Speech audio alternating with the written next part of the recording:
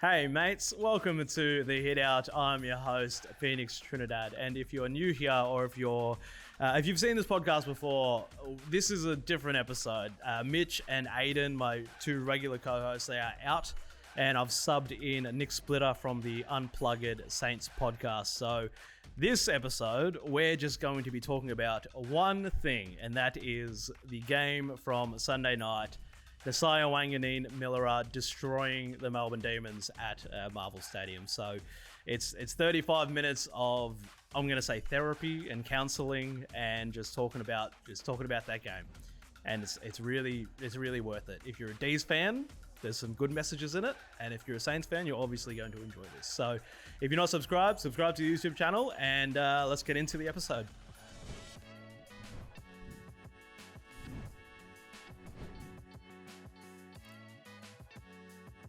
We are here. I guess I'll introduce you as Mr. Nick Splitter, the host of... Are you host of Unplugged? Co-host of Unplugged. Co-host, so, yeah.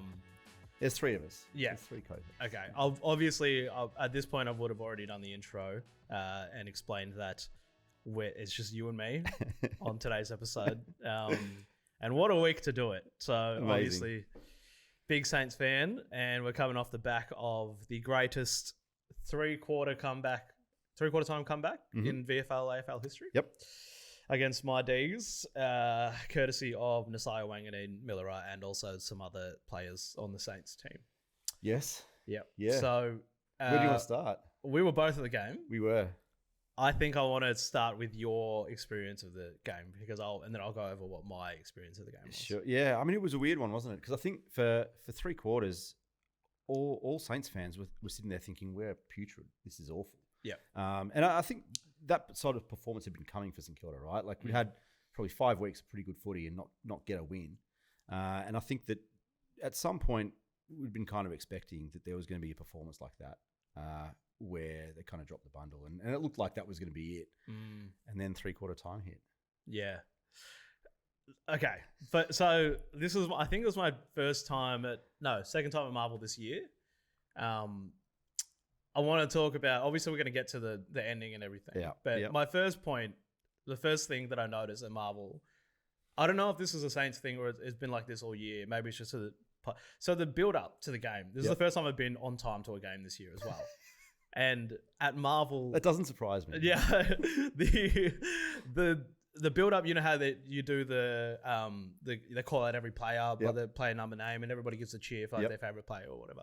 I don't know what the attendance was at Marvel last night. It was not great. It wasn't great. No, but I feel like it was just dead quiet, like in the build up. Like nobody was excited to be there. Saints fans weren't excited to be there. D's fans were not excited to be there.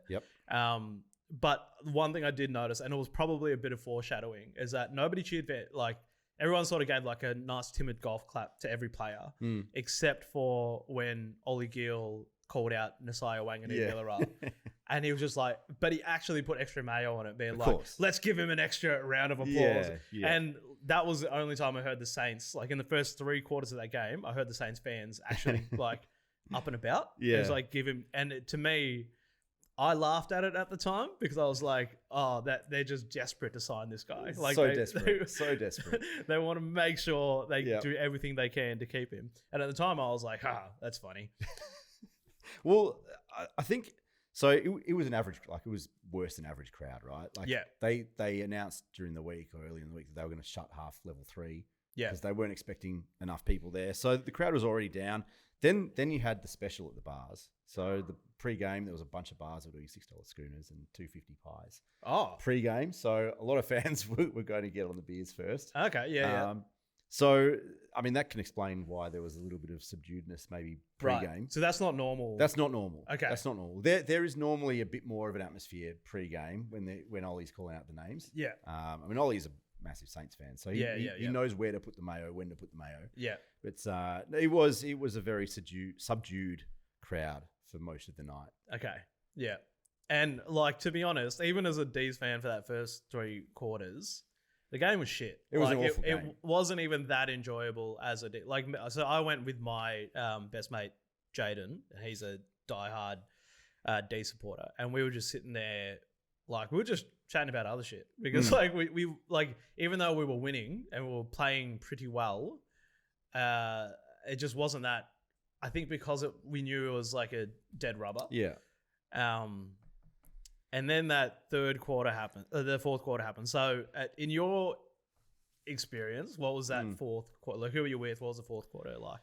Yeah, like you. I was sitting with a couple of fanatical Saints fans.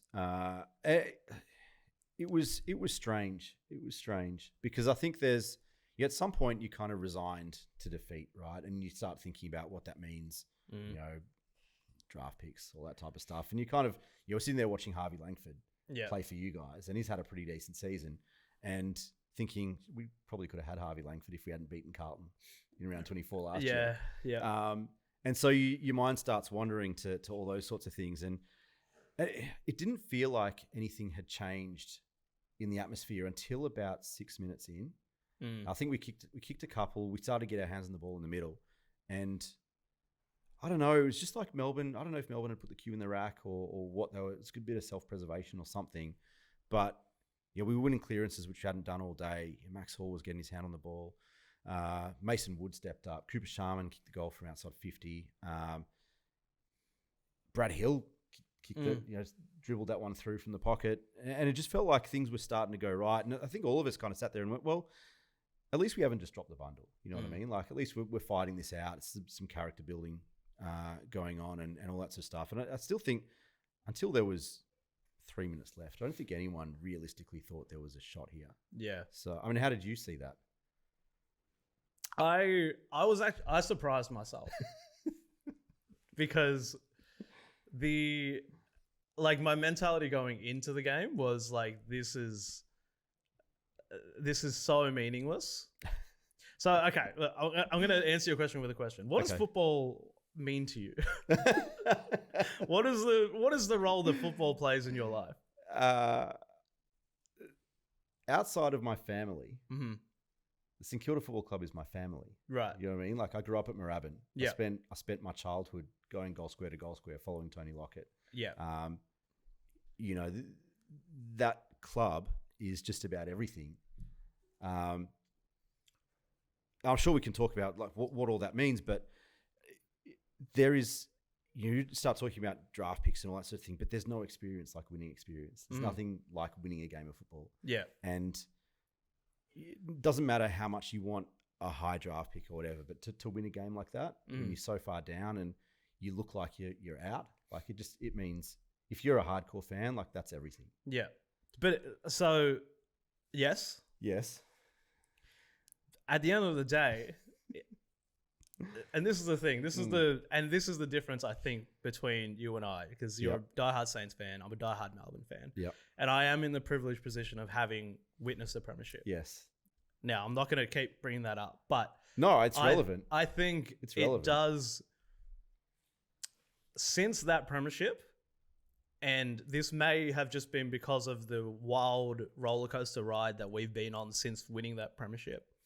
But I think with winning it and being in that place where I'm like, okay, I've seen my team win a premiership, there's like a beautiful nihilism that comes with the premiership, right? So it was like I accepted death at that point when we won the premiership. I'm like, okay, I can die happy now. Yeah. Because at the end of the day, this is just a game. It is completely meaningless. It's something that we have just chosen to ascribe meaning to. I think it's relevant, and I think if you speak to a lot of diehard Saints fans, they would say the same thing. Yeah. When we win a flag, it doesn't matter what happens after that. Exactly. We could win another 26 wooden spoons in a row. Yeah. After we win a flag, and it wouldn't matter. Yes. That being said, it really did suck. Well, so it sucked a lot. I want to ask you, when the siren went, and Naz has the ball and he's lining up for goal, and all he has to do is score. Yeah. He's a pretty good kick. He's not the greatest shot for goal. Yeah. Kicked two good ones, but all he has to do is score. What's going through your mind as the siren goes, and you're thinking, we've just lost this game? So this is what I mean, and I think it's because that I work here now and I do this for a job. So, and for me, because of my background in comedy and everything, my reaction to things is always just to laugh. And that's where I'm like, I kind of surprised myself because this is genuinely the funniest possible outcome. Like, I know that, like, if you were writing this game as a script, like a comedy script, like an Adam Sandler movie, it's like, this is the funniest possible ending to this game. Yeah. And I think I was also grateful that I had my mate there, Jaden, because when we go to the footy together, I think he, like, if we were the little characters in Inside Out, you know that movie Inside Out, the Pixar one, he's anger. Yep. And then I don't know which one I am, but him being anger makes me less angry. And then I'm able to like sit outside. I had an out of body experience, basically, is what I think I'm saying. Is like, I was just able to remove myself emotionally. I just disassociated. And then I took it as, this is so funny. And I know that this is what's happening right now is good for footy as a whole. Yeah. Like, this is like, does it completely derail? Like, are the premiership vibes completely dead? Like, is that 2021 team the furthest possible thing from our memory now? Yes. Like, should Simon Goodwin leave? Probably. Like, is this going to be our next premiership team? No. But I don't know where I was going with that. But you've got a flag. We've got the flag. We've got the flag. It's okay.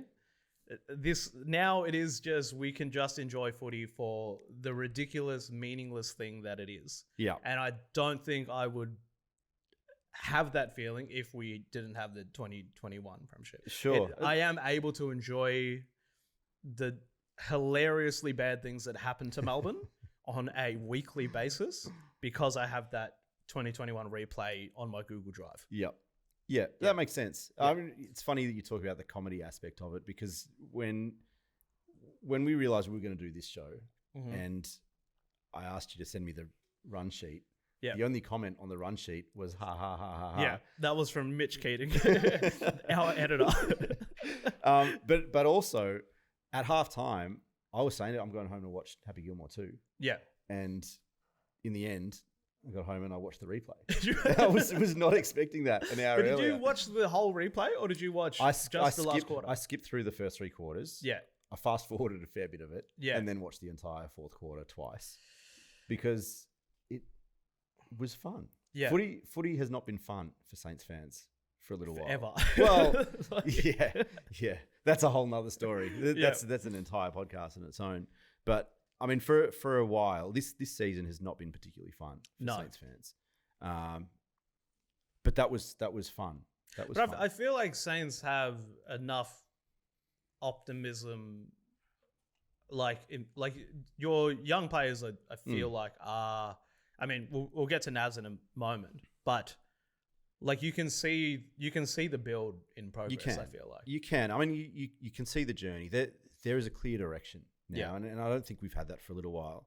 But Saints fans are a unique beast in that we've been awful forever. Yeah. Historically bad forever for history, and I think it's just part of our psyche that we can get through these things. It's part of our struggle as a fan base, as a footy club, that it almost doesn't matter how bad it gets. You can survive it and get through it. And so I think that puts us in a really good place when things start to turn and you can see the direction, you can see some positivity and you get that renewed sense of enthusiasm and commitment and all those things, which is, I think, has been the saving grace over the last, 5 weeks, really. And I think the difference between... And that's what I think is really interesting if you guys ever do win a premiership, because I have seen the shift. I hate that you said if. I mean, statistically, it has to happen. Statistically. Whether it's in the next few years, the next 100 years, statistically, it has to happen. It does. But also, like, if you look at where the planet is going, like, you have to beat the end of the world. And I don't know if you guys are going to do that. But fair.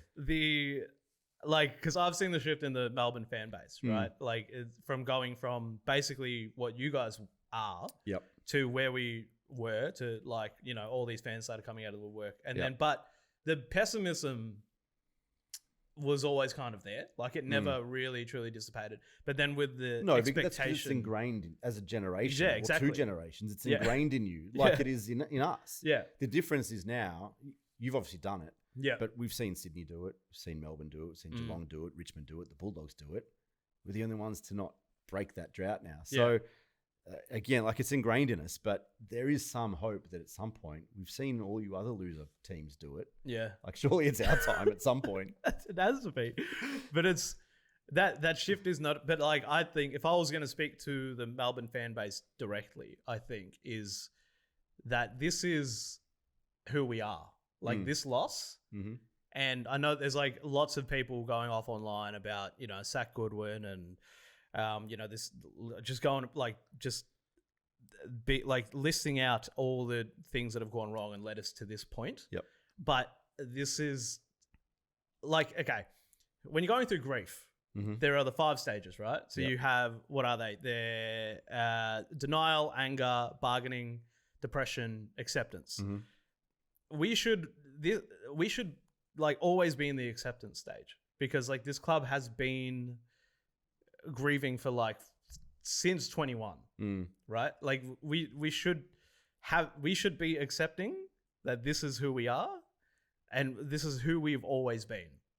Like we had a little adventure there in 2021, but this is what the club is. Like I'm looking at this book right now, Ian Munro, Between the Flags. Yeah. Making sense of 57 years of heartache. Yeah, you had a holiday. Yeah. You had a holiday. Statistically, the 57 years, that's who we are.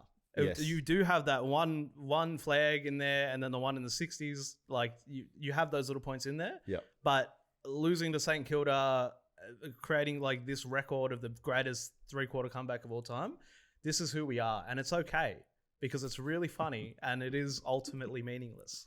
Because that's what football is to me. Yeah, but you got to realize that people go through grief differently. So while there'll be a lot of fans that have that mentality that this is who we are and we're used to this and it's just part of our psyche, there are also those fans who process it and they're still stuck in the denial. Like this is our greatest list ever. Like and then there's how have we not won more than one flag? And there's what the fuck is this team doing? Yeah, like, sack the coach, all that sort of stuff. So. As in a microcosm, the Melbourne fan base right now is a really interesting, intriguing, like little dynamic. Oh, absolutely, yeah. But more so than just about anybody else. I think. Yeah, but I think that, like the majority is that. The majority is like all football fans. The majority is like this is chaos. This is the worst thing that has ever happened to the club. But like, it isn't. It's okay. No. We went out in straight sets 2 years in a row. This game, leading into this game, it was meaningless. Neither of these teams are going to make finals. Although on the train home, I was overhearing some Saints fans doing the math. Like, you know, when you do the math at the end of the tail end of the season, you're like, okay. Mathematically possible. Mathematically, what do we have to do to make finals? And that's what, and I was just pissing myself laughing. And I'm like, that is beautiful. That is football. And if I was in the other, if this had been us, I would be doing the exact same thing. But it's okay. Like we don't have to panic. We do have to make some changes, but this is who we are and we're going to be fine. And by fine, I mean we're not going to be fine. That is who we are as Melbourne fans. The eternal hope of St Kilda fans will never cease to amaze me. Yeah. As a diehard myself, not even I was at that point. Like, mathematically, is it possible? Like, what do we have to do? No, that didn't enter my mind at any stage on the train home. Yeah. And then we were sitting next to this St Kilda, this old fella who was sort of, I think he was by himself, and he was having a fun time in the last quarter. And then as the final siren went, he was like, because we'd been going a little bit. You know when you're sort of sitting at the footy and then you're like yelling out to the game and everything, and you know that the other person next to you is going for the opposite team, and you're sort of competing without actually addressing it. Yeah, we did have a bit of back and forth about, like, I think when Bowie tackled someone in the forward, he made a big tackle, and then I was like, "How is that not holding the ball?" And then he explained it. Like, I think he might have been an ex-umpire or something. Okay. Yeah, and then he explained the 666 thing at the end. And then, you know, siren goes, he's going off. And he was like, I can't remember the last time I've been on the end of a game that we weren't meant to win. Yeah. And we won. And I was like, wow, okay, yeah. Because I can't remember the last time Saints have won a game where they weren't meant to win it. Except maybe when Lee Montagna won it in the last second against you Marvel. guys. Yeah. Which was, 10 years ago? Yeah. Yeah. Something like, yeah. I mean, that was a good night too. Yeah. I mean, it reminded me a little bit, and this is before your time, but coming back from, I think it was 48 points down against Sydney in 94. And the difference then is that we had Plugger. Plugger kicks 4 in the last quarter. He kicked 11 for the day. And I think we were 48 points down, 16 minutes to go. But footy's so different now. Like it just doesn't happen. Yeah. It was about as fun at 25 minutes as you can imagine, being a St Kilda supporter who can't really imagine what it's like to cheer home a premiership. Yeah. I mean, I like calling what game in the year is each team's grand final, and I feel like that was your grand final. Our grand final was... We haven't had a grand final this year. It might be West Coast at Marvel next week. All right. Well, I think we should now just talk about Nasiah Wanganeen-Milera. Yeah. Yep. So that was the first time I think I've seen him play live since maybe Gather Round last year. Mm-hmm. And like, granted, the first 3 quarters were, bad, but the only 2 standouts were Naz and I'm going to say Jack Higgins. Like, they were the only 2 that I actually paid attention to. And I was like, okay, this kid. So I had, by the way, my Instagram DMs, the past 24 hours or 12 hours, good Lord. So I responded to one of my mates' stories the other day, last night. She had a footage of Naz kicking the winner, and she's like, pay him everything. Yep. And I replied to the story. I was like, I hope you pay him $2 million a year and it financially ruins the club. To be fair, we've paid a lot of people a lot less than that and haven't financially ruined the club. Yeah. So, whatever it takes, get it done. But, okay, I don't know if you know what the contract situation is, but what are you willing to pay for that kid? Because he is honestly maybe the best player in the comp right now. Well, definitely in the past 24 hours. But he's up there. He's up there. I mean, I think you can make a really solid argument that he's in the top 10 players in the league, top 5 players in the league right now. Well, he's got to make All Australian squad at this point. I think. Has to. I think has to.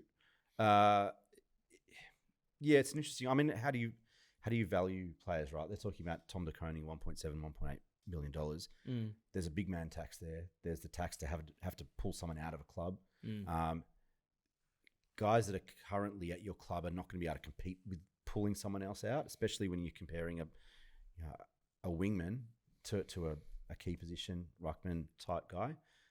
But the reality is that Nasiah Wanganeen-Milera is a better player than Tom De Koning, right? Like, I don't think anybody doubts that. Can you afford to pay him $1.7, $1.8, $2 million a year? Probably not. But there's a real solid argument that his manager walks into the club and says, we want to be paid, we want to be the highest paid player at the club, that you just say, okay. And whoever's on the highest average salary, Naz matches that. Like whatever that is, or beats it by 5%, whatever it is. There's some argument. But that, who would be your highest paid player now? Jack Steele? Probably not. I mean, Brad Hill was on probably the biggest contract. He wouldn't be anymore. Yeah. Yeah, it's a good question. Jack McRae is probably not on massive dollars coming over from the Bulldogs. It's a good question. Yeah, it's a good question. Okay. Rowan Marshall maybe would be up there. Yeah. But I mean, ultimately it's not for fans to decide, right? Like, that's what list managers and agents are for, to work all that stuff out. I think he's staying. Yeah. I think he's staying. I've said it for 2 months. I get the vibe that he's staying. Yeah. I mean, if you're a vibes guy, you're a vibes guy. I'm definitely a vibes guy. You're a vibes guy. I am not a stats or knowledge guy at all. Naz is staying. There was not a moment in those last 3 minutes where you go, this doesn't look like a guy who's not committed to this. Yeah. You know what I mean? Even if it's only a 2-year deal. Like, we want him to sign for 50 years, but he will probably only sign a 2-year contract. Well, that was going to be my question. It's like, would you rather a somewhere between a 2 to 4 year contract on very high dollars, or would you rather a front loaded 10-year contract like what we did with Cozzy? I'd prefer the 10-year contract. Yeah, but I think the reality is that his manager's a pretty smart guy, and he knows that free agency is coming up in 3 or 4 years. You can front load a contract for the next 2 or 3 years and get the maximum possible, and then still get more than that in a couple of years when free agency hits. So I don't think there's any chance of a long-term commitment from Nas right now, but I think it's more likely than not likely that he signs for 2 to 3 at a decent clip, 1.4, 1.5 type money. If he's only signing for 2 to 3 years, I reckon it's honestly going to be close to 2 million. Like that is, like I can see that happening. Well, there's space, right? There's space in the cap. Obviously, they're looking at deconing, and that's going to take a chunk. And deconing is going to be like a longer contract. Correct. So, and he might be front loaded. Yeah. So the position you don't want to get to is that for 2 or 3 years, 50% of your cap's tied up in 2 players. You don't want that to happen. You've got to try and work out how that. Well, you got Cozzy and but I think bottom line, I think he's staying. Yeah. And they'll do what it takes to get him to sign this contract, and then hope that over the next 2 to 3 years that they show enough promised development in this journey to get him to stay longer. Yeah. I think every team, I think the club needs, I mean, they are, but you need to have your marquee player that basically the whole club's fortunes rely on. And I feel like based on how he kicked that last goal, I think he can take that pressure. To be honest, looks like it, doesn't it? Yeah, like he didn't even need to kick the goal; he just needed to score. And the mark was probably even the bigger moment. The first mark, the first mark from the Mason Wood kick on the wing. That first mark for a young kid and he's not a forward. No, I don't know if you probably haven't watched the replay of the last quarter. Not at all. But I honestly haven't looked at anything. Literally 20 seconds before that kick went in the forward line, Nick Dalsano says, "Naz has gone a full forward." Yeah. And you know that when Mason Wood kicks that ball in from the wing, that it's going to Naz. There's no one else. No one else is taking that moment. And he's shown it over the last 2 years that he wants the ball at any given point in any game. Doesn't matter what the situation. He wants the ball. Yeah. Sometimes to his detriment. You know, he has been known to make some poor decisions. Yeah. Sometimes, but he wants the ball. No, he didn't. But he wants the ball. He wants the ball in his hands to do those things. And I think that's the sign of, you know, a guy who can be a spiritual leader, if not a formal leader, captain, that type of thing, but someone who can take a game by the scruff of the neck, and that's what he did. Yeah, he doesn't scream future captain to me, but he screams like future spiritual leader. I mean, 34 disposals, 61% efficiency, 4 goals, 25 kicks, 9 score involvements, 9. This honestly, if you told me this was just the last quarter, I'd believe it. 6 clearances. I mean, that's crazy. And he's what, 12 years old? He looks like it, doesn't he? Oh, he looks like it. It does go to show, though. You know, you look at the way that Ross Lyon's spoken about him over the last 2 months, and talked about how, you know, they kind of developed him as that halfback flanker, turned into a bit of a wingman. Yeah. They put him through the middle at times over the last couple of months, and to see what he could do. At centre bounces and through the middle, and they've pushed him forward to see if he could hit the scoreboard, and he's passed every test. Yeah, he's passed every test, and so I think if you're at that point, you look at a stat line like that, and you go, what wouldn't we pay to keep him? Yeah, you know, if it's only a short-term contract, what wouldn't we pay to keep him? Yeah. Anyone else give a shout out? Well, I think there are a number of guys that stood up. And it wasn't necessarily the big name players. I mean, we've seen Max Hall as another one over the last 6 weeks kind of step forward. And it makes you wonder why he wasn't in the AFL system earlier. Mid-season draft pick last year, missed the second half with injury, came in this year and has essentially been a revelation. I think he kicked 2, I think maybe 3 in round 1 in a 10-goal loss to Adelaide, and really hasn't looked back from there. Just looks like he's born for this stage. And he was massive in the last quarter. His stat line alone in that last quarter was incredible. 100% disposal efficiency. I think he had 7 or 8 touches, and was just in everything. And Cooper Sharman kicks that goal. Like I said, Brad Hill stood up. He hadn't done a lot over the last 2 months. Hadn't done a lot, but thought he was very good. Mason Wood kicked 2 in the last. I think everybody that needed to stand up, and we had a lot of luck as well. I think, you look at some of the opportunities that Melbourne had in that final quarter. I don't want to mention. That's the thing. Viney, Clayton Oliver, these guys. These are your leaders, right? The these one are Melbourne leaders. game where we kicked more goals than behinds, we still managed to lose. But like, and this is the thing. Like Max Gawn, he was toweling up. He was Marshall, like throughout the whole game, and like you could just tell throughout the entire game, he's like, I'm coming into this game to take that jacket, and he did everything he could. He had like 2 massive smothers. Like throughout the game. Viney had a pretty good game. Well, they were probably the 2 best players in the ground outside of Nasiah for the first 3 quarters. Gawn and Viney were probably 2 of the 3 best players. Because and then I just remember like as a fourth quarter starter, I think he kicked the first 2 goals or whatever. I'm like, Ross must have just absolutely baked them in 3/4 time.